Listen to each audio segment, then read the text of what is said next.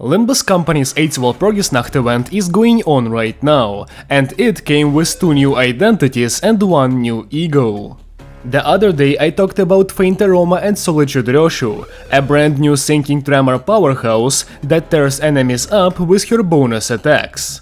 And for today's video, we will not stop at just Hornet Meursault, as I will be grouping him together with Harmony Sinclair as the 2 new additions to the burn team, which also interact with bleed as well. Meursault is an ammo unit that specializes in AoE damage and turns one weapon into 2, while Harmony Sinclair is our 3rd Walpurgis-Night reuse E.G.O, but he puts his own spin on it, by making it a lot more consistent. The ID and the E.G.O both wish to join the burn and bleed compositions, but can they measure up? In today's video, I will answer that question by first looking at Meursault's kit and performance in his signature teams, and then doing the same for Harmony Sinclair. But before we start, allow me to remind you that most of my viewers are not subscribed. So, if you find yourself coming back to my videos or end up enjoying this one, consider subscribing. It takes just 1 second and helps me out a lot. Now let's move on to the new content.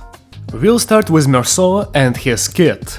Meursault has average health, above average speed and an unmodified defense level.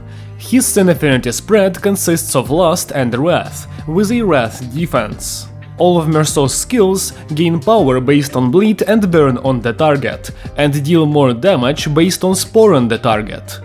Warning Shot is his skill 1. It rolls up to 16 and, before attack, if Meursault's base ammo is at max, this skill inflicts 1 pierce fragility on hit. The coins of the skill spend 1 spore round base each, and inflict 2 burn and 2 bleed.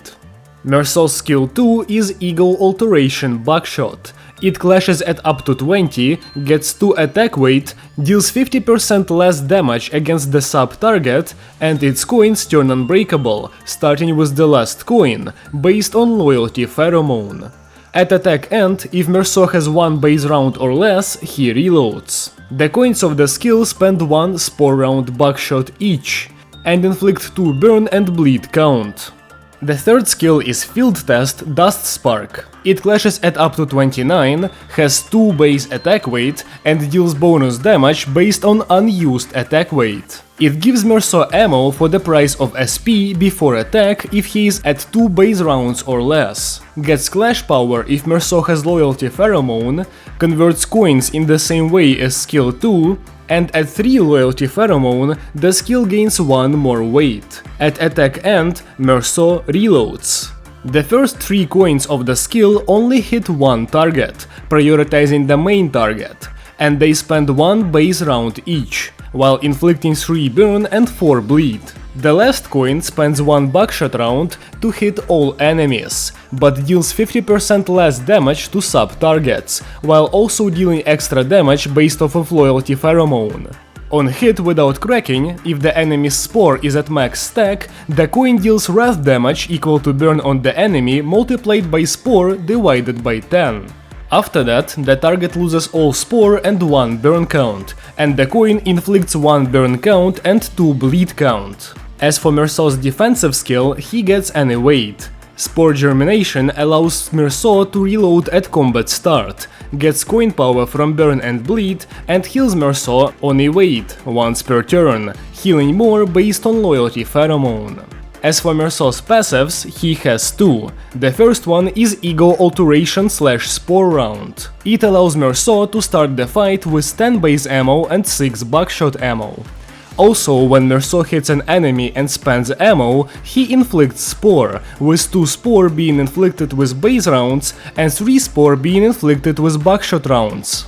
Before Meursault uses a coin that spends Spore round buckshot, if he is at 0 ammo of that type, Meursault consumes 2 SP and 2 base rounds to make 1 buckshot round. If Meursault runs out of ammo mid-skill, he cancels all following coins and reloads.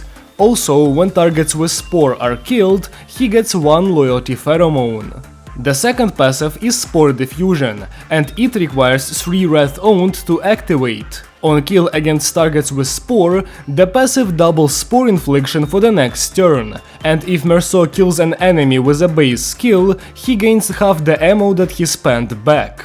As for his support passive, Meursault gets Worker B.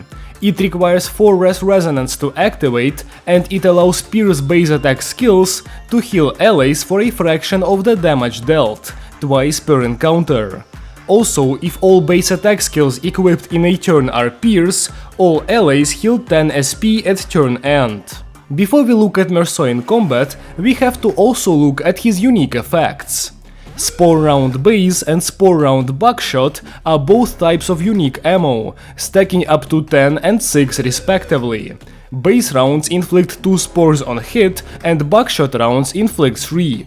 Spore stacks up to 15, and at turn end it inflicts the enemy with 1 burn count for every 5 stacks, while also giving them 1 bind next turn.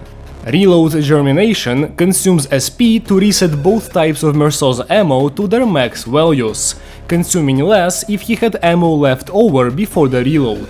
Loyalty Pheromone stacks up to 3, and at 1 stack it gives 1 protection, at 2 it also gives 1 haste, and at 3 it gives 1 clash power up as well.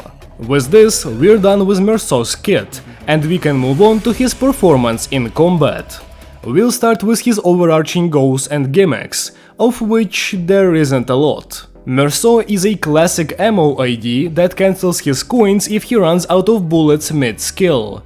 As such, it's important to track your ammo in order to line up the turns at which Meursault is almost running out with the guaranteed reloads on his skills. Both his skill 2 and 3 allow you to reload without running out, and of course, using a skill that spends the exact amount of ammo you have left will also trigger a well-timed reload.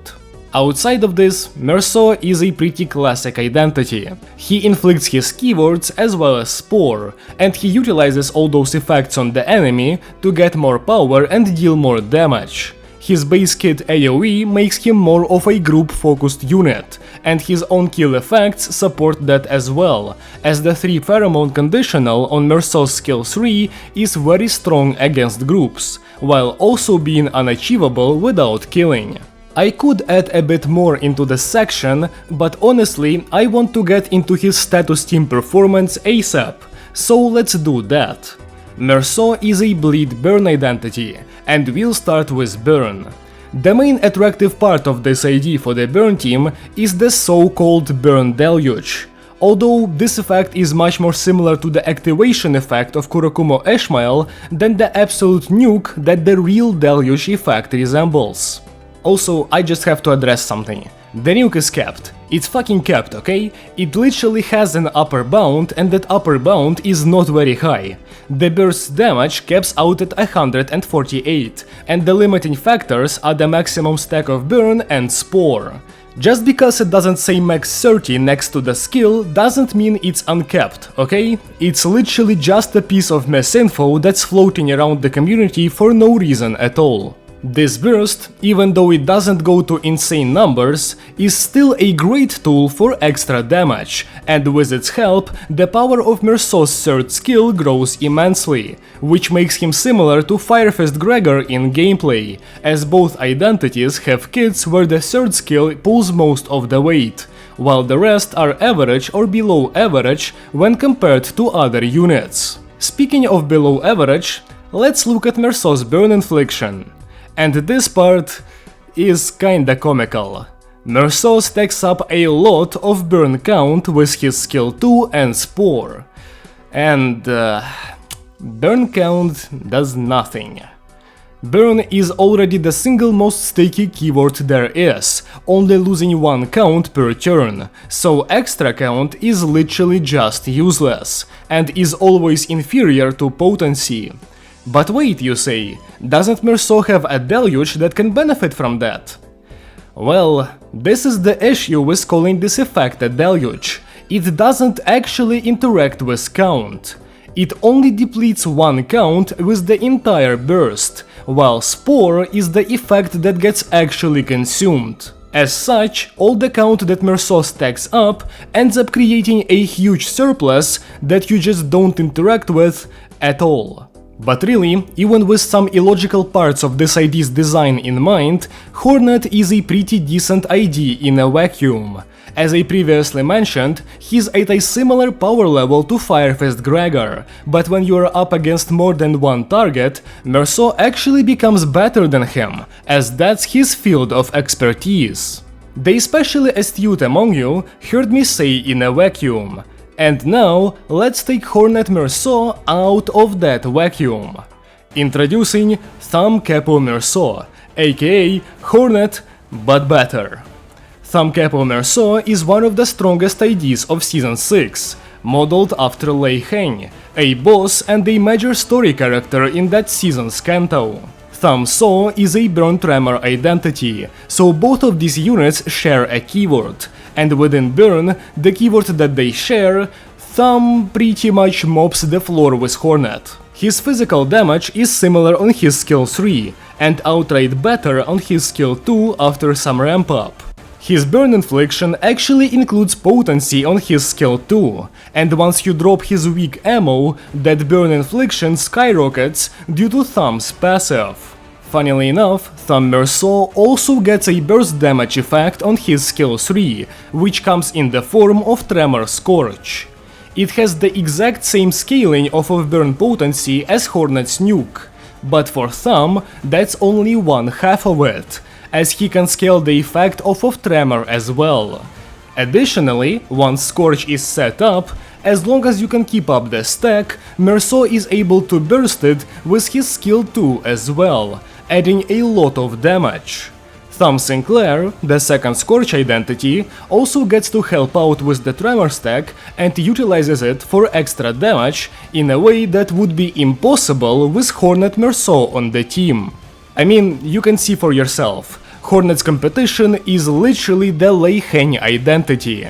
The one time where Hornet gets to fight back are fights with multiple enemies, meaning he's better for clearing groups. Yes, Thumb also has AoE, but he can use it a maximum of 2 times, and it comes very late in the encounter, so for the purposes of mobbing, Hornet is better. The only issue with this being Hornet's niche is the fact that mobbing is effectively brain dead. I don't think I've ever seen a person get stuck on group encounters, as boss fights in Limbus company are pretty much the game. So an identity that's better on the hard fights is the obvious choice over the Pierced Excavation monster that clears out fights that are already easy to clear out. All in all, Hornet Meursault is not a bad burn identity on his own, but he's our most recent example of an opportunity cost victim. I've seen cope around him regarding ads in boss fights, which is just not the fucking case at all, really. Or about how Thumb doesn't last as long, which is also bullshit, because he lasts long enough for like any encounter if you don't drop his ammo too early. And even if you do, it can be beneficial in the really long fights, like the Refraction Railway, because you can get true AoE on Meursault's strongest skill, instead of whatever this 1 coin AoE is on Hornet's skill 3. Also, Thumb Claire can reload, never forget that. Important disclaimer. Just now, I used negative adjectives to describe an identity that you might like. Note that I am not some kind of governing authority that will strike you down for using suboptimal identities. You are free to do as you please. I aim to inform, and the information is clear. Hornet is inferior to Thumb, and as such, he is an opportunity cost victim in Burn. Thanks for your attention. Now let's move on to Bleed. And here, history repeats itself. As a Bleed identity, Hornet is simply worse than he is on Burn, as he lacks access to his big burst. And, as luck would have it, the Bleed team also already has a very powerful Meursault ID in Prince of La Mancha Land. Prince, in the same way as Thumb, is simply superior to Hornet, and there isn't a legitimate reason to swap him for the new unit. As such, Hornet Meursault, as much as he is a decent identity, is doomed to not see the light of day due to better identities being present in the game. This is kind of like Arcor Prodion all over again, but this time it's happening to a limited Walpurgis-Night unit, which makes it sting so much more. Should you get him? Not really. He's good at like clearing out EXP excavation, but I'm sure you understand that's a comical niche to have. Again, I won't kill you for using Meursault, but as an informant I am obligated to shine some light on him crumbling to opportunity cost on both of his teams. But hey, the skin system will arrive soon enough, and fucking hell, you can't even use him as a skin. Shit identity. Now that we're done with Hornet Meursault, let's look at Harmony Sinclair. Harmony Sinclair is a high-level E.G.O that costs 3 Wrath, 2 Lust, 1 Sloth, 1 Pride and 1 Envy to use. It has 3 coins, 6 base power and 2 coin power. The E.G.O gets up to 10 clash power from burn and bleed on the target, deals more damage based on missing HP and deals less damage to sub-targets while having an attack weight of 3.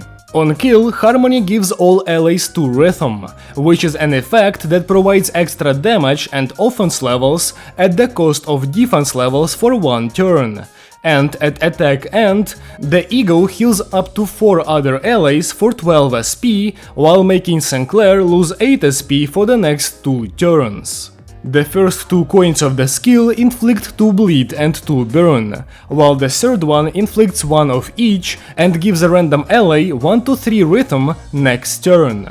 On heads hit, the coin is reused for the price of 4 to 8 HP on Sinclair, up to 4 times per skill. The passive of the E.G.O gives Sinclair 2 rhythm at turn start, heals HP and SP on kill, with increased healing in case Sinclair kills someone with the E.G.O, and also heals SP based on total burn and bleed on all enemies at turn end. The corrosion variant of the skill gets negative coins, retains pretty much the same coin effects as well as damage and power modifiers, but it gets to reach higher attack weight with resonance, and also gives Wrath, Lust and Envy damage up to the whole team next turn, proccing the effect again when it gets kills. This E.G.O is actually kind of interesting. It follows the trend set by Wingbeat and Solemn Lament, becoming our third Walpurgis-Night reuse E.G.O. But unlike the other two, which eat away at the user's SP, reducing the chances to get all the rerolls, Harmony actually eats away at Sinclair's HP, becoming much more consistent at the cost of bringing Sinclair closer to his stagger threshold with each use. As such, Harmony is a lot less of an unpredictable variable of a skill, and you can bet on it getting its 100 damage off fairly consistently. Although you can always still low roll, of course. The damage, however, is not really the main selling point of Sinclair.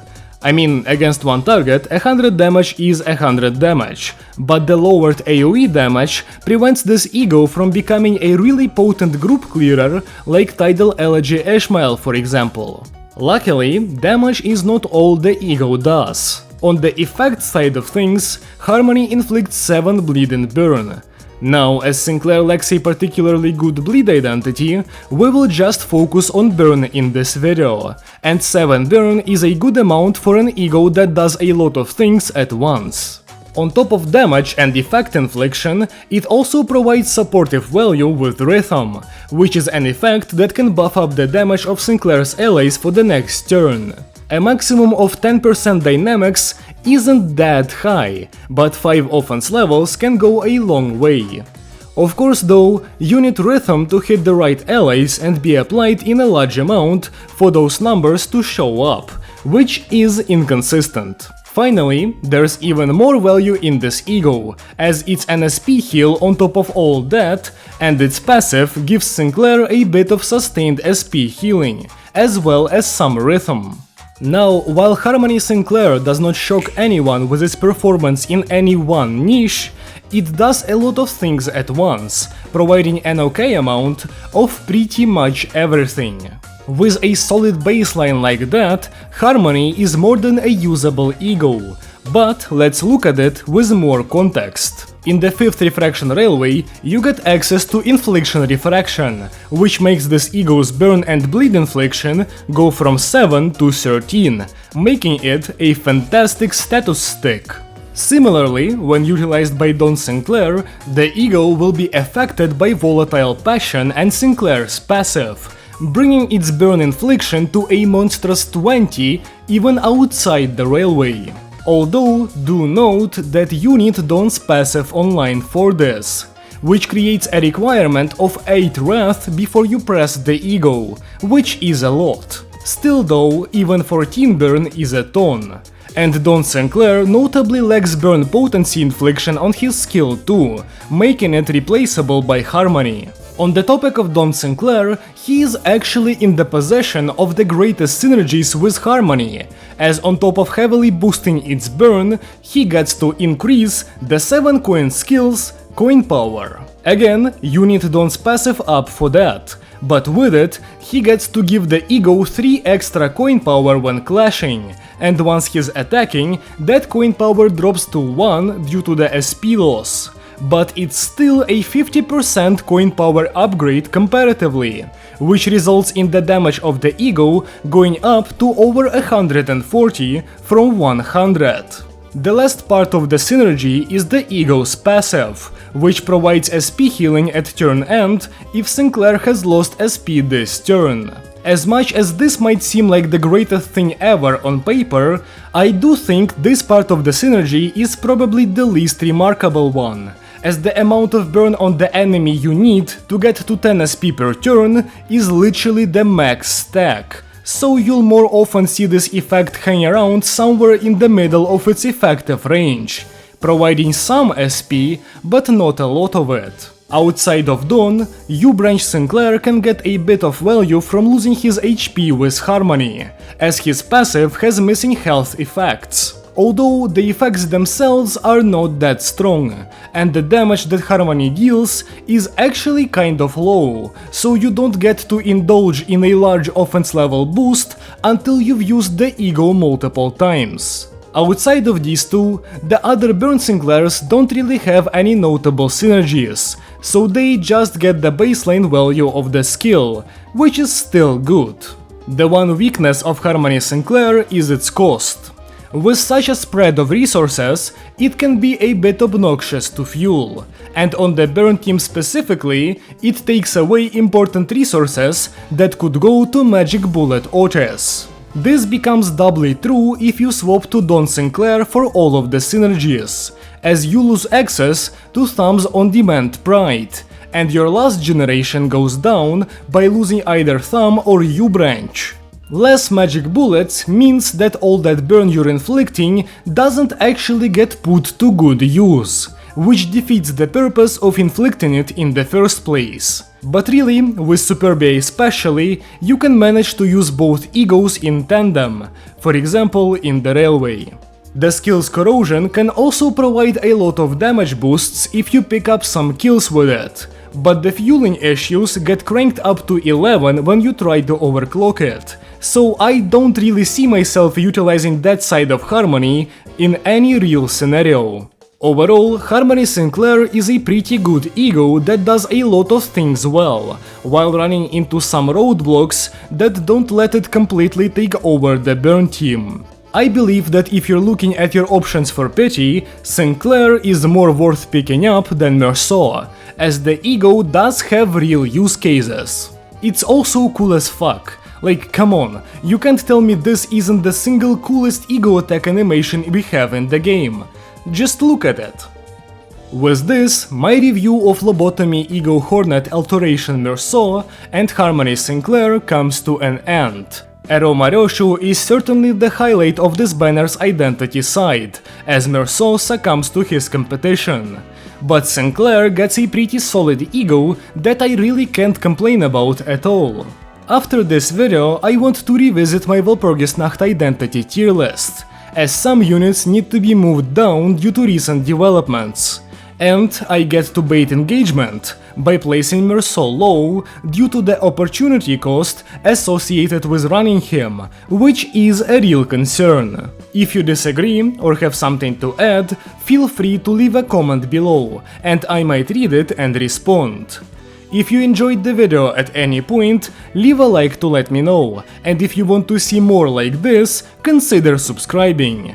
Thank you so much for watching, and I hope to see you again soon. Goodbye!